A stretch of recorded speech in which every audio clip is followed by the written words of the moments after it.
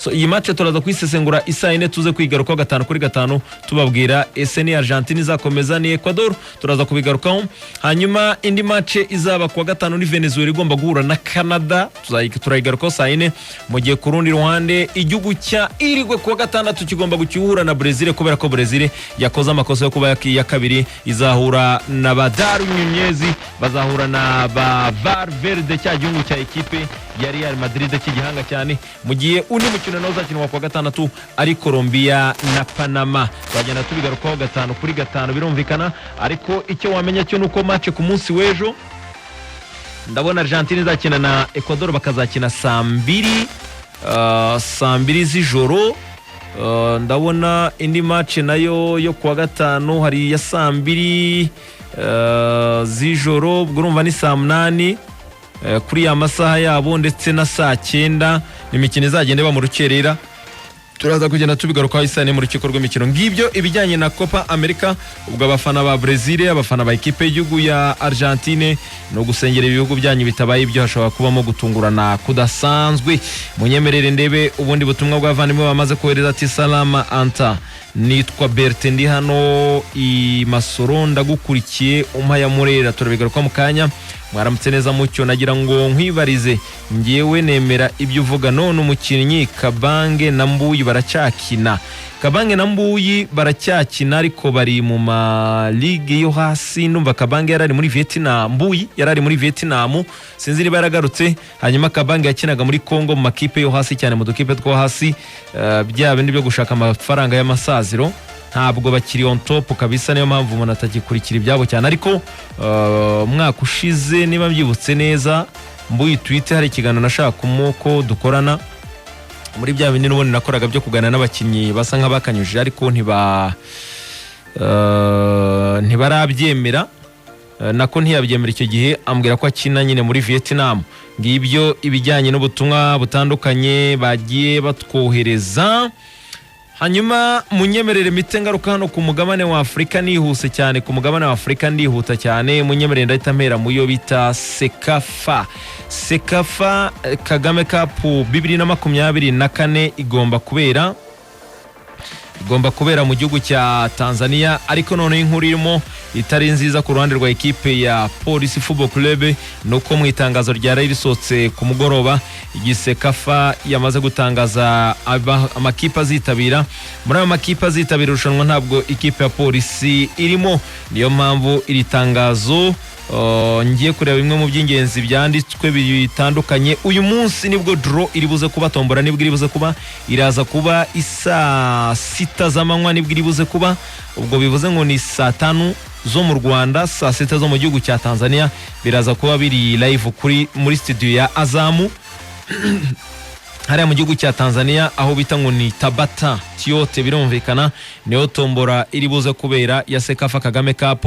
Hanyuma imikino mbibutsa ko izatangira ku itariki ya 9, ni kuri tariki ya 9 ni kuwa kabiri, tariki ya 9 numva ari kuwa kabiri, tariki ya 9 numva ari kuwa kabiri w'icyumweru gitaha. Nibyo rwose, tariki ya 9 ni kuwa kabiri nibwo imikino izatangira ikarangira ku itariki ya 21. Imikino yose ikazabera Dar es Salaam, nta mikino izabera Zanzibar. Hanyuma ikipe yabaye umutumirwa cyangwa se ikipe yatumiwe ni ikipe bita Red Arrows yo mu gihugu cya Zambia, ari nayo yatwaye shampiyona y'igiciro cya mbere umupira w'amaguru.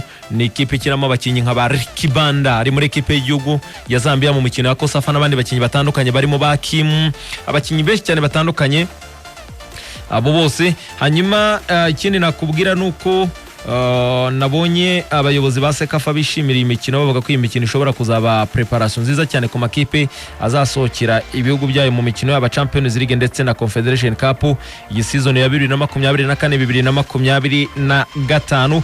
Ibi byatangajwe na director, birumvikana executive director witwa Johnny Auka Gecheo. Hanyuma ikindi wamenya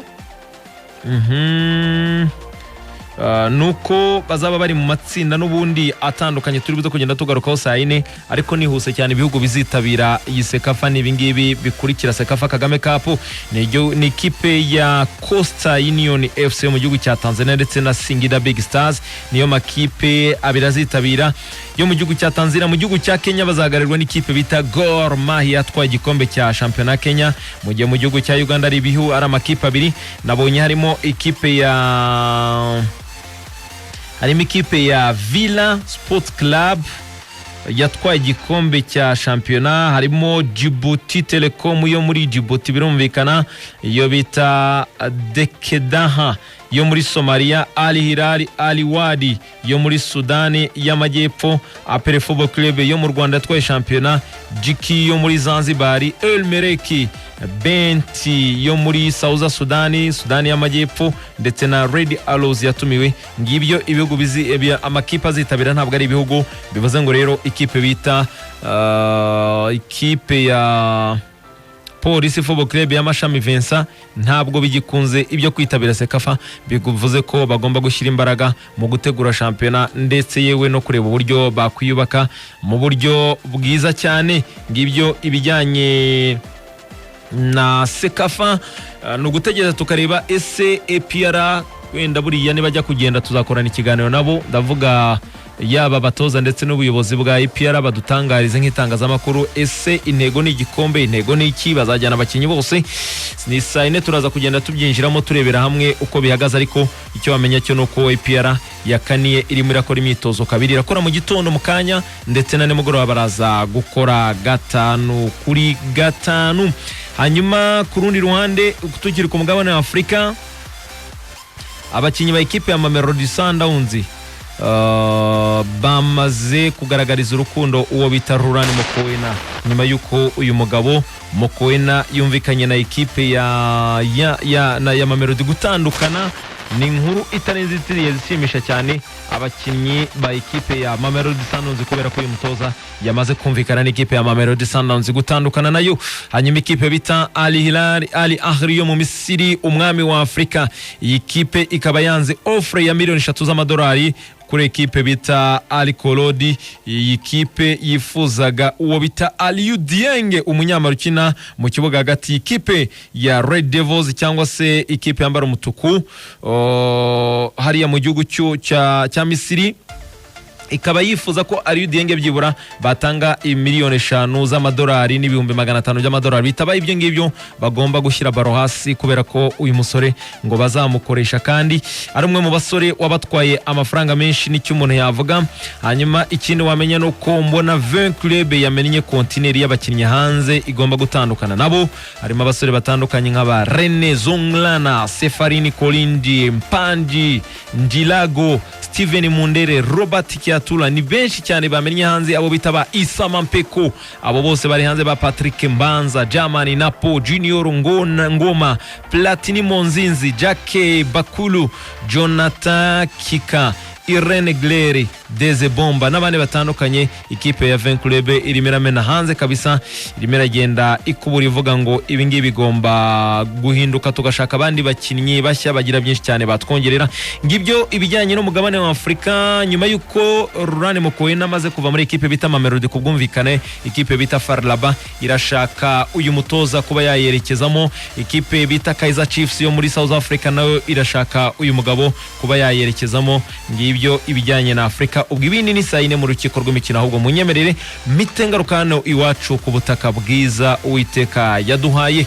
Mu Rwanda nta kindi kirimo kiravugwa n'amakipe akomeje kugenda yubaka. Ikipe ya Rayon Sport ku munsi w'ejo nibwo iyi kipe ya Murera cyangwa se ikipe ya Rayon Sport yamaze gusinyisha umuzamu kuva muri ekipe y'Amagaju. Baguze amasezerano yiwe. Uwo musore nta wundi yitwa Patient, no musore wavuye muri ekipe ya Bumamuru mu gihugu cy'u Burundi amaze gutwara shampiyona yerekeza mu Magaju. Nyuma yuko agize saison nziza cyane mu Magaju, ikipe ya Rayon Sport ikaba yamaze kumuha ikaze cyangwa se ikipe ya Rayon Sport ikaba yamaze gusinyisha uyu musore bita Ndikuriyo Patient, akaba ari umuvandimwe wa Naimana Shasiri usigaye ukina muri ekipe ya Bandari mu gihugu cya Kenya. Hanyuma uyu musore rero akaba yiyongereye kuri Kadim Ndiaye ndetse n'undi muzamu umwe w'umunyarwanda bazashaka bashaka kuba bazamura cyangwa se bakareba ushoboka. So ku ruhande rwa equipe ya Rayon Sport rero uyu muzamu akaba amaze gusinya amasezerano y'imyaka 2 bivuze ngo baguze amasezerano ye muri equipe y'Amagaju, cyane ko Amagaju bo bakubwira bati twebwe turi muri business. Mu gihe ku rundi ruhande equipe bita Amagaju nayo yahise izana umuzamu w'umukongomani bita Kambale Diem, akaba yakinaga muri equipe bita Club Etoile du Kivu, akaba yamaze gusinya imyaka 2, akaba yagiye mu mwanya uwo muzamu wa ekipe ya Rayon Sport. Ngibyo ibijyanye n'iby'umuzamu, ari nako ku rundi ruhande amakuru yandi mbona kuri social media yitwa Webo, muzamu Webo, Lawrence Webo watozaga abazamu ba ekipe ya Rayon Sport, nawe amaze kuvuga ko atazakomezanya n'ikipe ya Rayon Sport, ashimira abayobozi, ashimira abafana, avuga ko byari byiza gukomezanya nabo, ariko yamaze gufata ikindi cyemezo atazagaruka. Bivuze ngo Rayon Sport umutoza abazamu ashobora kuba Mazima Kandire cyangwa se bakabashaka n'undi muzamu w'umunyarwanda. Ni nkuru navuga ko isa nk'itunguranye, ariko umutoza abazamu abasanzwe nta birenze. Gusa ntegereje kumenya n'ibya Lebitsa Ayabonga nawe ushobora kutagaruka, kubera ko twavuganye ari South Africa, ambwira ko kugaruka bishobora kuba bigoranye, ahubwo buriya yifuzaga kuba yajya mu makipe atandukanye, ariko makipe ntibyakunda, ariko kugaruka bisa nk'ibigoye. Ari nako ku rundi ruhande tukiri mu makuru yo mu nda y'isi, yitwa Musanze yamaze gutangira imyitozo, ariko Mugiraneza Jean Baptiste Migi uyu mutoza akaba atarerekeza Musanze, akaba ari mu biganiro n'amakipe atandukanye arimo Bugesera, nubwo bivuga ko yamaze kumvikana n'ikipe ya Muhazi, ariko Mugiraneza Jean Baptiste Migi aracyaganira n'amakipe atandukanye ku buryo isa n'isa yayerekezamo nk'umutoza wungirije, kubera ko ikipe bita Musanze ngo ibyo yifuzaga batigeze babimuha 5-5 uwo yitwa Mugiraneza Jean Baptiste Migi. Ubwo ibindi birambuye agenda tubigarukaho 5-5. Hanyuma nari ndimo ndeba ya Bonga Lebitsa hano, ndimo ndeba kuri social media ze niba naho hari akantu yateretseho. Ndabona ubutumwa bw'umuvandimwe ati bonjour, radio iri kuvuga nabi. Iravuga nabi gute se? Biraterwa naho uri, ariko radio irimo iravuga neza ko abantu benshi bari kunyandikira bambwira ko batwumva 5-5. Alphonse Kamani Alfonso, radio urambwira ngo ivuga nabi gutera ko ntarimo kubyumva. Kandebe gatoya kuri Instagram ubutumwa bw'abantu batwohereje. Yitwa Nerva ati anta turagukurikiye, uwo mu Brazil wo muri Brazil, uwo mu Brazil wo muri APR mfite amakuru ko awuza ariko si yakinaga, nta nubwo aje gusinyaje mu igeragezwa, aje muri test, nayitsinda birashoboka, natayitsinda azasubira iwabo. Yasabye kuza gukora igeragezwa muri APR. Anta wibuke kunsuriza Kazungu Hitimana na Cedro, ndabasuhuza ntacyo bitwaye Anta, ndakwemera cyane hani Muhanga, umbwira yo muri Nyamukandagira. Hanyuma ndabona ubundi butumwa bw'umuvandimwe yitwa Keve ati igitondo cyiza, tubwira avugwa muri Nyamukandagira, ntacyo bitwaye turaje tubigaruka. Hanyuma munyemere twihute cyane twerekeza muri ekipe ya Kiyovu Sport. Ku munsi w'ejo nibwo navuganye n'umwe mu mamambure ba ekipe ya Kiyovu Sport, arambwira ati nyamara mushatse mwareba uburyo mudutabariza, ati kubera ko Kiyovu Sport twatekerezaga ko uyu muyobozi mushya wa Kiyovu Sport afite amafaranga, ariko twaje gusanga nta kintu ariho, twaribeshye cyane. Umuyobozi udashobora gufata abakinnyi ngo abahembe n'ukwezi kumwe akigera ku buyobozi, umuyobozi waterera agati mu ryinyo aratuza, umuyobozi udakoma, umuyobozi udafite ikintu na kimwe yahindura ku bijyanye n'amikoro y'ikipe. Bambwira ko Kirongozi, buriya kuri Kirongozi bamufashe miliyoni 30 z'amanyarwanda, kandi murabizi neza ko bafite ideni ry'ibihumbi rya miliyoni 50, bivuze ngo arabura miliyoni 20. Uwo mwambure wa Kiyovu Sport namwe ati rero turimo turisuganya turebe ko twabona miliyoni 20 twishyure FIFA, ibindi dusigare turwana, dusigare tudiringa cyangwa se turwana n'amarokritema n'ibindi bitandukanye. Ariko uyu muyobozi dufite we ntacyo atumariye rwose, nubwo twatekerezaga ko hari icyo azatumarira. Bivuze ngo rero kuri Kiyovu Sport baracyarimo kugerageza kurwana gukotana, ubwo akazi gakomeye gafite ba vice president n'abandi batandukanye bagomba kugira byinshi cyane bahindura, kubera ko Kiyovu Sport irasa nk'ikipe igowe cyane kubera ko yatakaje abakinnyi ngenderwaho, barimo ba Kirongozi, barimo ba Sefu, barimo ba Frodouari, kongeraho uyu musore n'ubundi Sharifu Bayo wamaze kwandika ko barangizanyije, abasore nka ba Mugunga batandukanye nayo. Bivuze ngo igomba kongeramo abandi bakinnyi kugira ngo irebe ko mwaka utayakaniraho mu gihe ya AS Kigali yo itazi ngo izabaho cyangwa ntizabaho. Ibindi birambuye turaza kugenda tubigarukaho saine.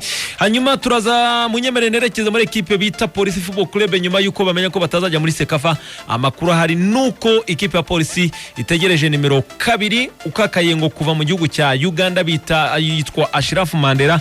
Uyu musore mbibutsa ko yari ari ku rutonde rw'abakinnyi ikipe bita Vipers yamaze kurekura, ariko ngo akaba ashobora kwinjirana na Mucyo Didier Junior wa Rayon Sport wakinaga muri Rayon Sport nyuma yo kuva Dubai ari mu Rwanda. Uyu muhungu amakuru ari nuko bamwe mu bayobozi ba polisi ngo batangiye gutekereza ku kuba Didier Junior yakwinjiranamo n'uyu mugande, ngo kubera ko Karuno babona atari ku rwego rwa ekipe ya polisi bifuza. Hanyuma ku rundi ruhande nyemerera ngubwire ko polisi irashaka nimero 10 w'umugande ngo ugomba kuza guhatanira umwanya na Kizimana Muhajiri. Nyamukandagira n'abasore bagera kuri 5 bategerejwe, ndetse na nimero 2 kuva mu gihugu cya Nigeria Saine. Ntimuze gucikwa, turaza kubyinjiramo tuze kubidetaya kubijyanye na Nyamukandagira mu kibuga cy'Ikesi Mitutu. Iyi kipe y'ingabo z'igihugu barimo baraganira n'abahungu kugira ngo barebe ko byibura usibye uyu musore ugomba kwerekeza muri Jeux Olympiques mu gihugu cy'Ubufaransa, abandi bose ngo bamanukana na APR muri Sekafa Dali. Ikaba ari nka pre-season ku ruhande rumwe, icya kabiri aba bahungu bakaba banabifashisha mu kugira ngo barebe ko byibura bakwegukana Sekafa ku nshuro ya 4, cyane ko APR ifite Sekafa inshuro 3. Baramutse batwaye iya Dar es Salaam cyangwa se iya Tanzania izaba ari Sekafa ya 4 batwaye. Cyokora yaba ariyo Sekafa ya mbere bakuye hanze y'u Rwanda, cyane ko izindi 3 bazitwariye hano kuri Stade National Amahoro i Remera. Ngibyo ibijyanye na Nyamukandagira, ubwo ibindi birambuye turaza kubigarukaho isaire. Ikindi wamenya ku makipe azahagararira u Rwanda, polisi n'ikipe ya PL Football Club, amakuru dufite mu nda y'isi nuko kafu yamaze kubaza polisi aho izakirira na APR. Ikipe y'ingabo z'igihugu Nyamukandagira mu kibuga APR yamaze kwandikira kafu ndetse binyuje muri Ferwafa ibabwira ko bo bazakirira kuri Stade National Amahoro i Remera, cyangwa Stade Mpuzamahanga, Stade Internationale Amahoro izakira, ariho Nyamukandagira izakira imikino ya Champions League, mu gihe kafu itegereje ko polisi babwira ngo nayo ni izakira imikino ya Confederation. Polisi kuri liste yitangiye ko izakira kuri Kigali Pele.